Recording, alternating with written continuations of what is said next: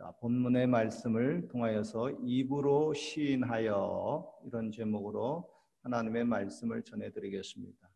제가 한국의 여의도 순복음교회 청년의 조장으로 있었을 때 한 자매님이 제가 속한 교회에 들어왔습니다. 그런데 이 자매님은 한때 자신의 말에 의하면 정신이 좀 이상한 적이 있었다고 합니다. 그런 그녀가 이제는 정신을 차리고 청년의 구역장이 되고 신앙생활을 아주 열심히 하는 자매님이 되었습니다. 나중에는 신학교까지 이제 가게 되더라고요. 그런 그녀가 우리들 앞에서 간증을 한 적이 있었습니다. 이렇게 간증을 합니다. 제가 좀 정신이 이상하기 전에 맨날 입에서 이런 말을 달고 살았습니다. 아, 미치겠네. 아, 미쳐. 이랬더니 진짜 어느 날 미치고 말았습니다. 이로 인해서 몇 년간 목이 뻣뻣해지고 눈동자, 초점도 이상해지고 제가 제 몸을 제대로 가눌 수 없는 그런 지경이 되었습니다. 자, 그렇게 간증을 하는데 제가 아닌 게 아니라 그 자매님을 믿기 전에 동네에서 몇 번 본 적이 있습니다. 당시에 그 어머니가 그 딸을 맨날 이렇게 손에 잡고 부축하고 다니는 것을 보았습니다. 그리고 그 자매님 표정이 없고 그냥 눈동자가 고정이 되고 뻣뻣하게 이렇게 다니는 것을 제가 보면서 저 자매님이 좀 어딘가 많이 아픈 모양이다 하고 생각을 했었는데 그녀가 이제 우리 교회에 들어와가지고 간증을 들어보니까 그런 사연이 있었구나 하고 납득이 되었습니다. 여러분, 성경은 말씀합니다. 내 입의 말로 내가 얽혔으며 내 입의 말로 인하여 잡히게 되었느니라. 사람은 입에서 나오는 열매로 말미암아 배부르게 되나니 곧 그 입술에서 나오는 것으로 말미암아 만족하게 되느니라. 죽고 사는 것이 혀의 권세에 달렸나니 혀를 쓰는 기 좋아하는 자는 혀의 열매를 얻으리라 그랬어요. 여러분, 한국의 그 부모님들이 참 안 좋은 언어 습관이 있었습니다. 뭐냐면 자기의 자녀들에게 욕을 하는 겁니다. 그것도 그냥 욕을 하는 것이 아니고 아주 저주하는 심한 욕을 옛날에 부모님들이 했었습니다. 예를 들면은 이 때려 죽일 놈아, 자기 자녀를 때려서 죽이겠다는 거야. 또 이 우라질 놈아, 무슨 뜻이에요? 우라질 놈아? 오라를 받을 놈, 즉 감옥에 들어갈 놈아 이런 뜻입니다. 그리고 이 빌어먹을 놈아, 거지가 되라고 하는 저주죠. 또 이 문둥이 같은 놈아, 또 이 연병할 놈아, 전염병에 걸릴 놈아라는 뜻인데 요즘 전염병에 걸릴 놈아 그러면은 진짜 심한, 진짜 와닿는 욕이 돼버리고 말죠. 그리고 더 심한, 아주 심한 욕이 있습니다. 뭐가 있죠? 육실할 놈아. 이거 무슨 뜻이에요? 몸뚱아리를 6동강 나가지고 죽일 놈아라고 하는 뜻입니다. 이게 자기 자녀에게 이렇게 저주하는 그 부모가 옛날에 있었어요. 요즘은 그렇게 말하는 부모 거의 없죠. 예수님은 이렇게 말씀합니다. 형제에 대해서 라가, 즉 바보라고 하는 자는 공회에 잡히게 되고 미련한 놈이라 하는 자는 지옥불에 들어가게 되리라 그랬어요. 그런데 자기 자녀를 뭐 미련한 놈, 바보야 뭐 이럴 정도가 아니라 막 육실할 놈아 이럴 식으로 저주하는 부모는 그거는 예수님 보시기에 저거 정상적인 부모는 아니다 하고 생각이 됐을 겁니다. 그리고 또 요즘 그 10대 그 청소년들의 그 대화를 듣다 보면은 욕이 난무합니다. 욕으로 시작해가지고 욕으로 대화가 끝나는 경우가 참 많습니다. 그렇게 욕을 많이 사용하는 그 청소년들을 보면서 우리는 쟤 참 모범생이구나 이렇게 말하지는 않습니다. 도리어 그런 아이들 바라보면서 아이고 쟤들 앞으로 어떻게 되려고 하나 하고 심히 염려하게 됩니다. 여러분, 사람을 평가할 때 그가 쓰는 그 말을 들어보면 되게 알 수가 있습니다. 좋은 말을 하면요, 되게 좋은 사람이고, 착한 말을 하면 착한 사람이고, 긍정적인 말을 하면 그 사람 긍정적인 사람이고, 또 용기 있는 말을 하면 그 사람 용기 있는 사람이고, 감사하는 말을 많이 하면 그는 감사의 사람입니다. 반대로 나쁜 말을 많이 하면 그 사람 나쁜 사람이고, 이간하는 말을 많이 하면 그 사람은 이간쟁이고, 거짓말을 많이 하면 그 사람은 거짓말쟁이고, 불평하는 말을 많이 하면 인격이 좋지 않은 사람이고, 만약에 신앙이 믿음이 있는 사람이 불평의 말을 많이 하면 그 사람은 신앙이 형편없는 사람이 되겠죠. 예수님은 말씀합니다. 독사의 자식들아, 너희는 악하니 어떻게 선한 말을 할 수가 있느냐? 이는 마음에 가득한 것을 입으로 말함이라 그랬습니다. 요즘 여러분의 그 언어 습관은 어떻게 됩니까? 아마 대부분이 예수님을 믿고 난 후 혹은 은혜를 받고 난 다음에 언어가 말이 많이 달라졌을 것입니다. 옛날에는 툭하면 그냥 무심코 죽겠다, 못 살아, 이런 말을 자주 했던 사람도 은혜를 받고 난 다음에는 못 살아, 이런 말 잘 안 하게 되잖아요. 그리고 죽겠다라는 말도 분명히 많이 줄어들었거나 아마 하지 않을 겁니다. 여러분, 생명의 주인 되시는 예수님을 영접하고 나가지고 맨날 죽겠다고 하면은, 아니 생명의 주인 되신 예수님이 너를 살려줬는데 왜 죽겠다고 자꾸 말하는 거야? 그거 좀 이상한 일이죠. 그래서 이런 그 잘못된 언어 습관은 예수님을 믿고 난 다음에 이거 반드시 고쳐야만 됩니다. 그죠? 한번 따라해 봅시다. 죽겠다. 살겠다로 해야 되는 거예요, 여러분. 예, 옛날에 죽겠다는 사람이 살겠다 해야 돼요.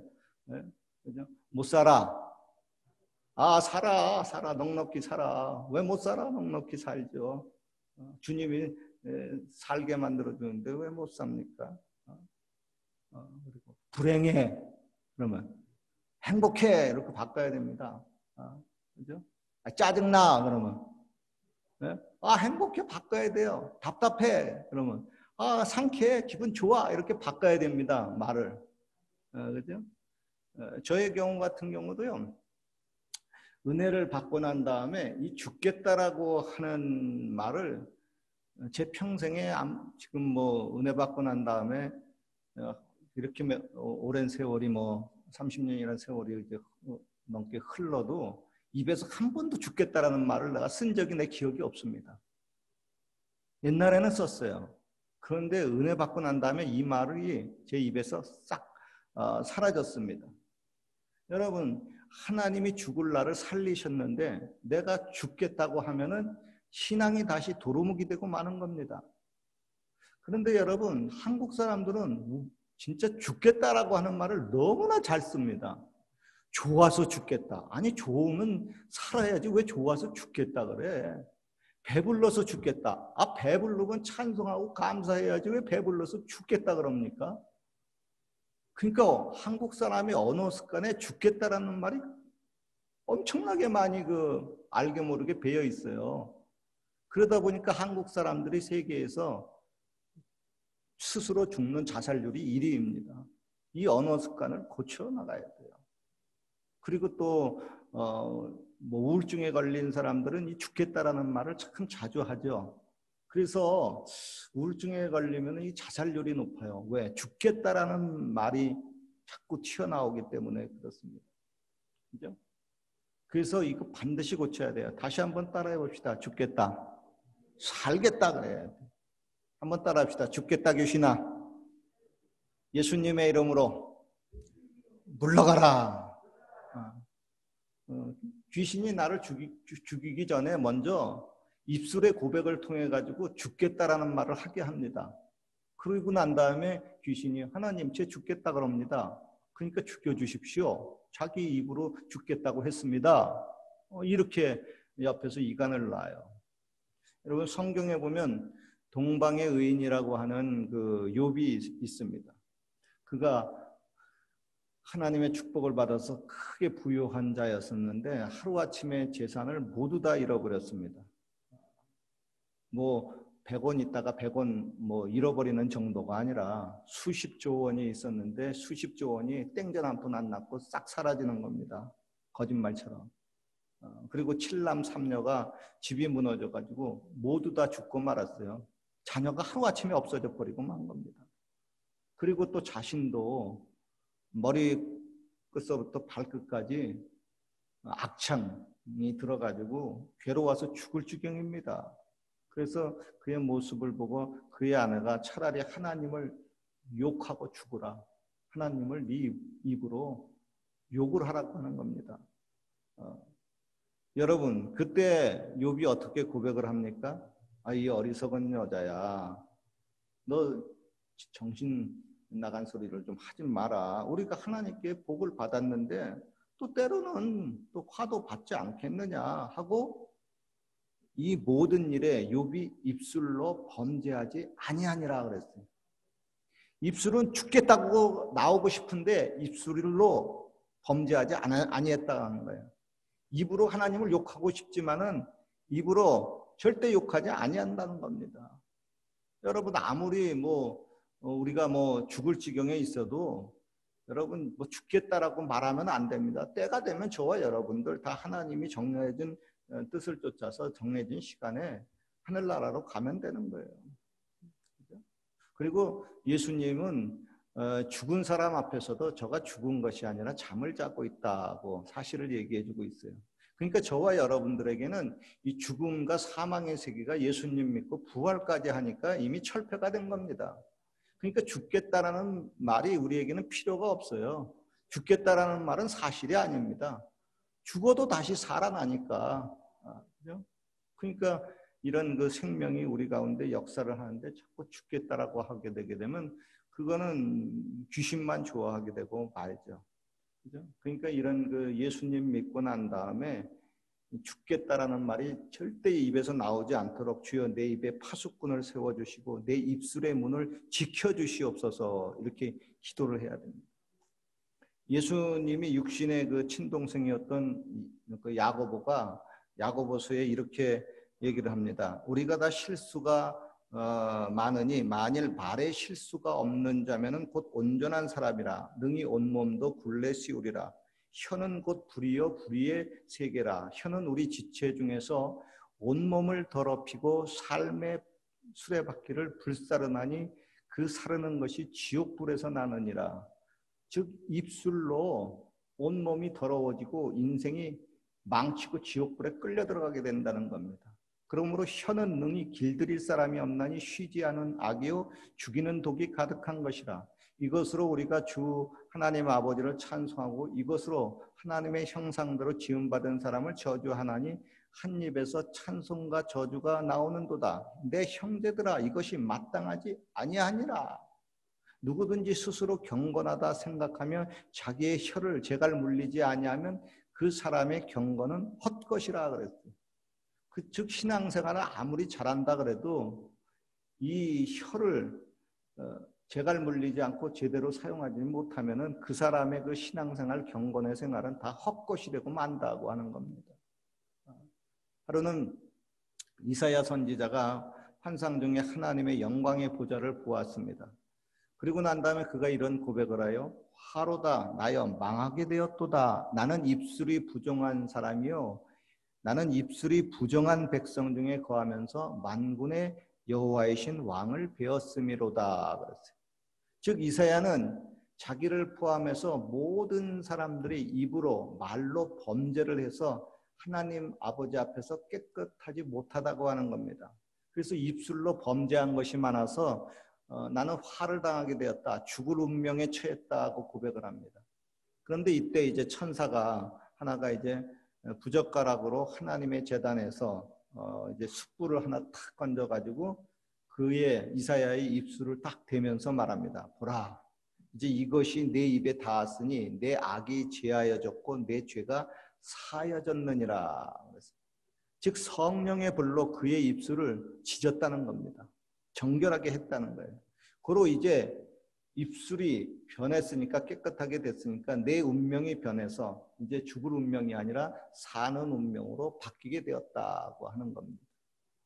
성령의 9가지 은사 중에서 발성의 은사라고 하는 것이 있습니다. 이 발성의 은사에 해당되는 것이 방언의 은사, 방언 통역의 은사, 예언의 은사입니다. 즉 성령님이 내 안에 오시게 되면은 먼저 나의 입, 나의 혀, 나의 말을 제어한다고 하는 겁니다. 그렇죠? 그래서 은혜 받은 사람, 성령 받은 사람들은 일단 혀와 말이 변하게 됩니다. 그렇죠? 깡패 그렇게 욕을 달고 달았던 사람도 성령을 받아보십시오. 말이 변하게 됩니다. 오순절날 이제 120명의 성도들이 성령이 임했을 때 세 가지 그 표정이 나타났어요. 첫 번째, 급하고 강한 바람 같은 소리가 있었고, 둘째, 불의 혀같이 갈라지는 것이 각 사람의 머리 위에 있었고, 셋째, 그들이 다 성령의 충만함을 받아서 다른 언어로 말하기를 시작하니라 그랬어요. 다른 언어를 썼다는 겁니다. 은혜 받기 전에는 불평의 말을 일삼았던 사람이 은혜를 받은 후에는 감사의 말을 합니다. 은혜 받기 전에는 부정적인 말을 늘 하던 사람이 은혜를 받은 후에는 긍정적인 말을 합니다. 그리고 은혜 받기 전에는 의심의 말, 불신의 말을 하던 사람이 은혜를 받은 사람이 믿습니다 하고 믿음의 고백의 말을 합니다. 그로 인해서 좋은 일이 생기고 인생이 변화가 됩니다. 하루는 예수님이 이방 여인인 수로보니게 여인, 그 사건 아시죠? 그 여인이 예수님에게 나타나서 이제 부탁을 합니다. 주여, 내 딸이 흉악히 귀신이 들렸습니다. 그러니 좀 고쳐주십시오. 그러자 예수님이 이렇게 대답합니다. 자녀의 떡을 취해서 개들에게 던지는 것이 마땅하지 아니하니라. 즉 지금은 이방인의 때가 아니라고 하는 거죠. 이때 여자가 이런 귀한 신앙 고백을 합니다. 주여, 옳습니다마는 개들도 자녀의 상에서 떨어지는 부스러기를 주워 먹나이다. 그러자 예수님이 이 여자의 말에 크게 감동을 받으셨습니다. 그리고 이렇게 얘기하죠. 이 말을 하였으니 돌아가라. 귀신이 내 딸에게서 나갔느니라 그랬어요. 여러분, 이 세상에는 귀신을 끌어들이는 말이 있고 반대로 귀신을 쫓아내는 말이 있습니다. 자기의 그 말로 인해서 귀신이 들어오면 인생이 망하는 것이고, 그 말로 인해서 귀신이 쫓겨나가면은, 그리고 예수님이 들어오면은 인생은 흥하는 겁니다. 오늘의 본문은 말씀합니다. 내가 만일 내 입으로 예수를 주로 시인하며 또 하나님께서 그를 죽은 자 가운데서 살리신 것을 내 마음에 믿으면 구원을 받으리라. 사람이 마음으로 믿어 의에 이르고 입으로 시인하여 구원을 받으리라. 그러므로 누구든지 주의 이름을 부르는 자는 구원을 받으리라. 좋은 날 보기를 원하는 자는 혀를 금하여 악한 말을 그치며 그 입술로 거짓을 말하지 말지어다. 여러분, 초대교회 당시의 사람들이 로마 황제를 신으로 모셨죠. 그런데 기독교인들은 로마 황제를 신으로 모시지 않습니다. 유일신 하나님을 믿죠. 그래서 기독교인들이 크게 박해를 받았습니다. 그런데 그런 기독교인들을 찾아서 벌 주는 것은 너무나 간단합니다. 좀 의심되는 사람들을, 기독교인들이죠, 사람들 앞에서 세우고 나는 예수님 믿지 않습니다. 로마 황제가 나의 신입니다. 이렇게 입술로 고백을 하게 만드는 거예요. 시인하게 만드는 겁니다. 이럴 때 어떤 분들은 사람들 앞에서는 입으로 그냥 예수님을 부인하고 마음으로만 예수님을 부인하지 않으면 되지 않느냐, 이렇게 생각하는 분이 있을런지 모르지만 성경은, 예수님은 그렇게 말하고 있지 않습니다. 예수님은 이렇게 말해요. 누구든지 사람 앞에서 나를 시인하면 나도 하늘에 계신 내 아버지 앞에서 저를 시인할 것이요, 누구든지 사람 앞에서 나를 부인하면 나도 하늘에 계신 내 아버지와 천사들 앞에서 저를 부인하리라 그랬어요. 그래서 당시의 기독교인들이 입으로 주를 부인하지 않기 때문에 죽임을 많이 당하고 큰 박해를 받은 것입니다. 성경은 여러분 입술의 시인, 즉 신앙 고백을 아주 중요시합니다.